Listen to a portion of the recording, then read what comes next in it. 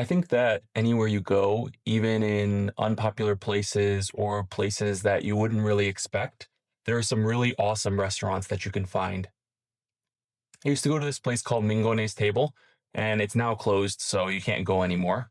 And they start you out with a nice kind of mushroom soup. And it's all Italian food, and they also have some Italian American things like garlic bread. And in Korea versus America, garlic bread is so different.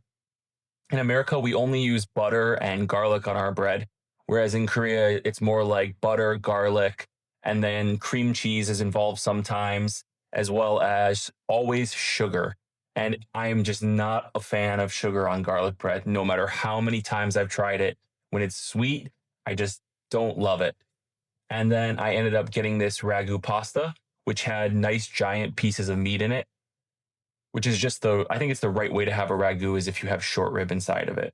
It always gives you the best taste and the best consistency and the best quality. And all of their noodles were homemade and fresh, which really added a lot to the flavor and the depth of everything.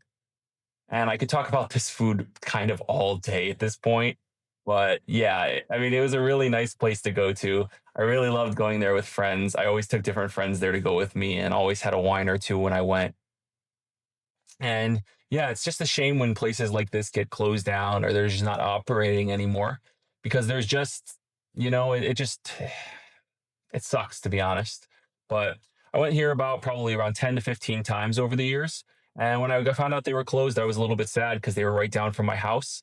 And then the last thing we had was this pasta that had crab in it.